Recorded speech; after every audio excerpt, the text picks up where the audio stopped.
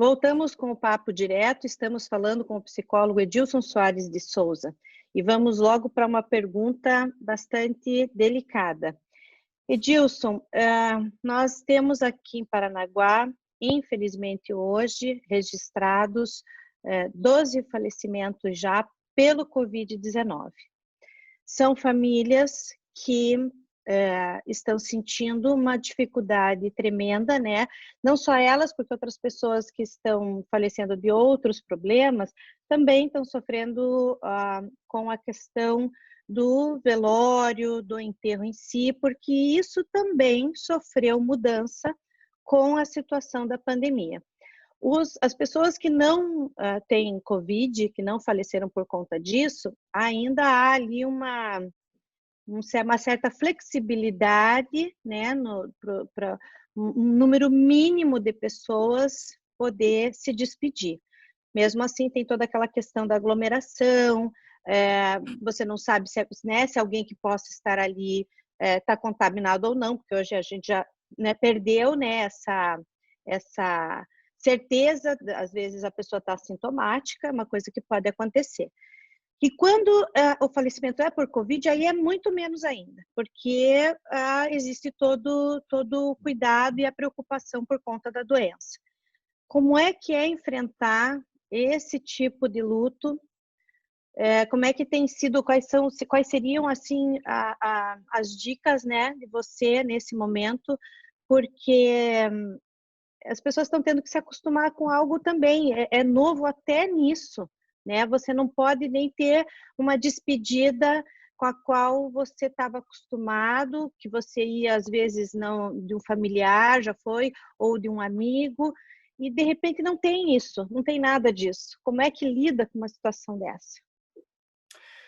Você colocou um ponto aí bastante difícil, crítico, né? E que abala bastante. E, de novo, Luciane, o que precisamos pensar é assim, todos nós estamos vivendo isso.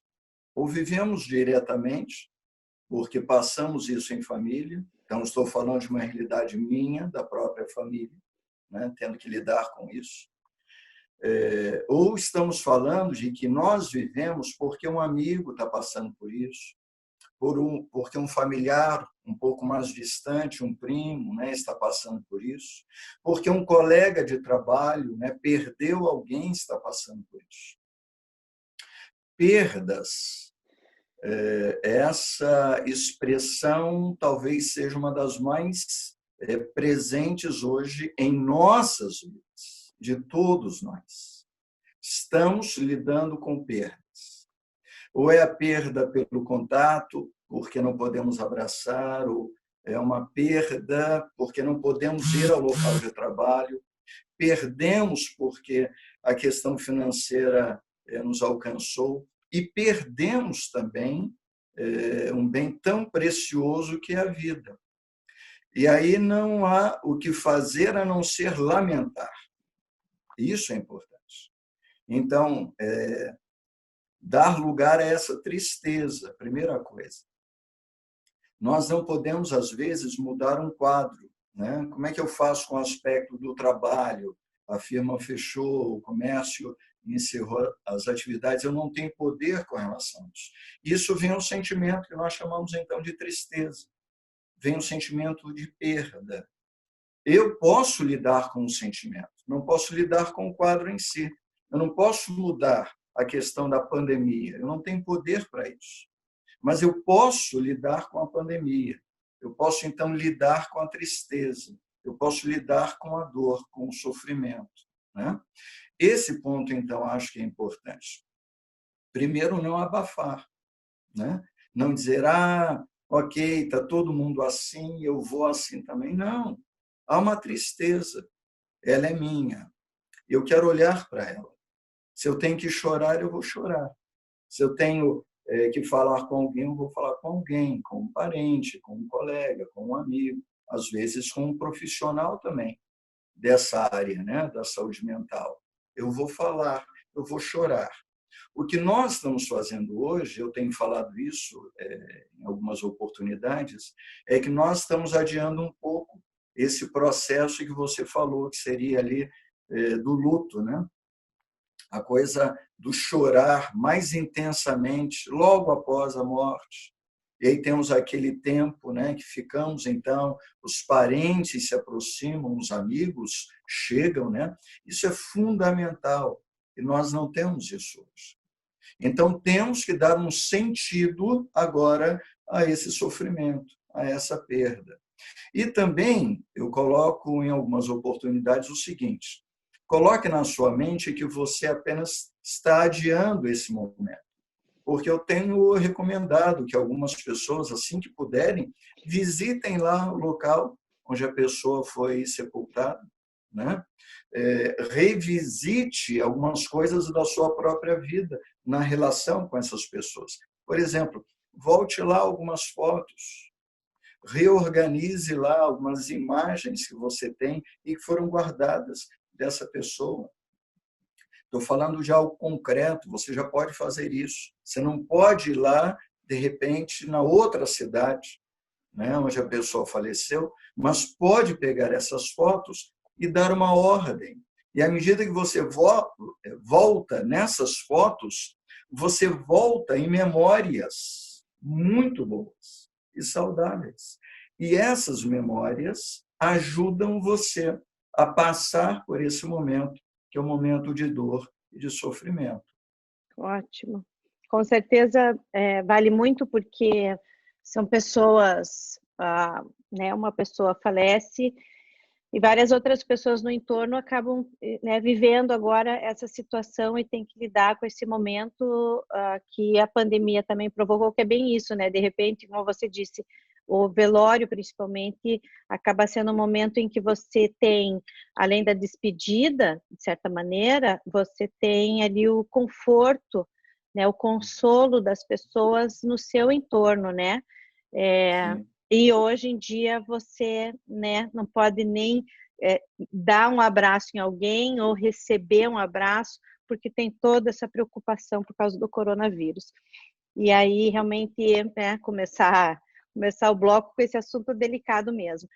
Mas vamos, então, agora, se você pudesse até dar algumas dicas a mais aí no sentido de alguma leitura, inclusive, ou filme, aquilo que você indicaria para estar ajudando, dando um suporte para as pessoas nesse momento da pandemia, você entendendo, né, bem tudo que as pessoas estão passando, esses sentimentos, né, que de repente até tem levado, que você tem aí acompanhado dentro do consultório, aliás, não só presencial, como também, né, online, e realmente ainda bem que abriu essa porta para justamente as pessoas, então, poderem ter esse acompanhamento.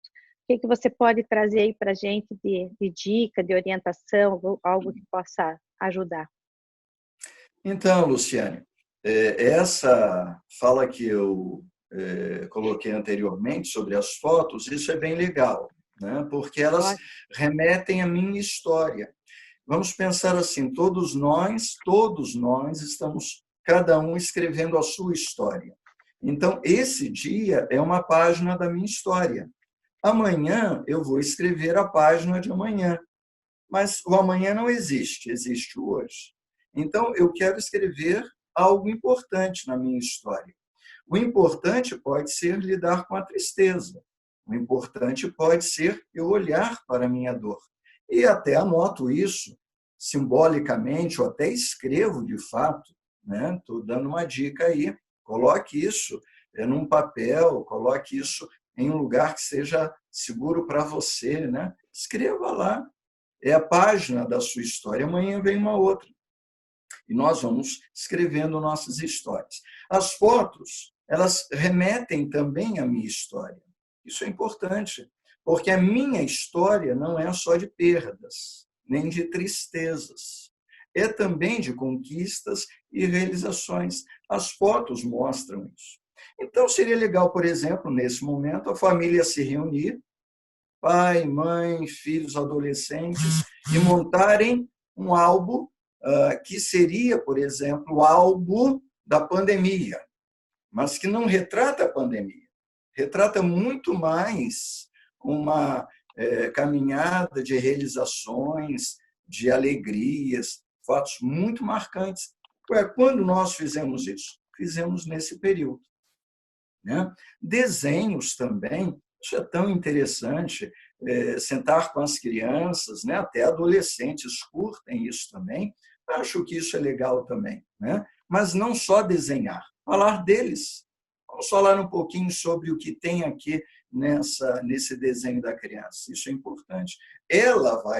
Essa criança, se expor também, né? Sobre filmes, eu diria assim, procure entender o que o teu filho gosta, se ele é uma criança, sente com ele e participe com ele. Não só para ficar naquele momento distraindo, distração. Isso também é bom, é um lazer. Mas também curtindo. E depois conversando sobre o que foi aquele filme.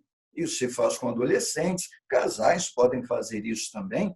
E depois vamos jantar, vamos pedir uma pizza e vamos conversar sobre as emoções daquele filme, né? Acho que isso é interessante, né?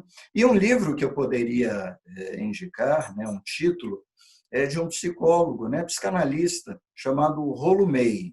Ele escreveu uma obra intitulada O Homem à Procura de Si Mesmo. A versão que eu tenho é da editora Vozes. O Homem à Procura de Si Mesmo. O autor, Rollo May. Muito interessante, porque é um trabalho de reflexão, onde, à medida que você lê, você olha para dentro de si, né? É um trabalho mais técnico, né? Nessa área da psicologia, que eu acho que os que se interessam por essa busca interior podem se beneficiar também. Ok? Bacana, ótimo, ótimo. Então, bacana mesmo para a gente poder, então, encerrar aí com essas dicas. Bom saber também que o livro ele é um pouco mais técnico, porque realmente não é todo mundo, de repente, que gosta, mas com certeza pessoal que está à busca, né, à procura, de repente pode ajudar e ser um suporte importante. Para a gente fechar aqui, Edilson, da questão até, de repente, da espiritualidade e daquilo que você acredita assim, ser importante para a gente poder estar fechando, então, o nosso papo direto de hoje, o que é que você diria? Esse ponto que você está levantando agora no finalzinho do nosso bate-papo, né? A psicologia também se interessa. Então, existem algumas escolas que vão dialogar um pouco mais com essas questões da religiosidade ou da espiritualidade. Vamos ficar com o conceito, né, de espiritualidade. Penso que nesses dias que nós vivemos, né, de recolhimento, de isolamento, de uma volta mais para dentro de si, esse aspecto da espiritualidade é importante. Não estamos falando aqui desse tipo, daquele, dessa prática religiosa ou daquela. Não é isso, né? É como eu, ser humano, posso entender que a minha vida pode ter sentido também a partir até desses elementos que são de dor, de sofrimento, que vão nos alcançar. Por quê? Porque nós podemos pensar que a minha vida não é só o hoje, há um amanhã, né? E eu crio essa expectativa, eu renovo a minha esperança para que o amanhã seja um pouco melhor do que o hoje, para que o mês que se aproxima seja melhor do que esse mês. Então, elementos como esperança, né? Já falamos um pouquinho sobre isso, né? Apoio ao próximo, amor ao semelhante, né? Perdão próprio e perdoar o outro. Esses elementos nós colocamos, né, que a gente foi conversando um pouquinho nesse nosso bate-papo, esses elementos estão no que nós chamaríamos aí de uma espiritualidade. Então, ser um pouco próximo do outro, isso é uma forma de espiritualidade. Ser um pouco mais tolerante com o outro, isso também é uma forma de espiritualidade. E posso, então, algumas práticas espirituais, né, vão buscar no transcendente essa esperança, essa paz, né? essa renovação que todos nós queremos para a nossa existência, enquanto cada um escreve a sua história de vida. Perfeito. Edilson, muito obrigada por ter aceito o nosso convite aqui, poder participar, trazer mais informações. A gente acredita que a questão o trabalho, né, dos psicólogos é muito importante e tem, acredito eu, tem um destaque cada vez maior por conta daquilo que o ser humano está passando e precisa realmente, muitas vezes, pedir essa ajuda, e essa ajuda, às vezes, é no profissional, que é, né, no terapeuta mesmo, no psicólogo, que a gente vai ter esse suporte para poder enfrentar essa situação. Então, mais uma vez, muito obrigado, foram dicas preciosas, muito importantes, que a gente vai deixar aqui registrado para todas as pessoas que vão acompanhar a nossa conversa. Papo Direto fica por aqui, eu agradeço e a gente te aguardo, já convido você para a nossa próxima conversa, a gente volta na próxima semana, até lá!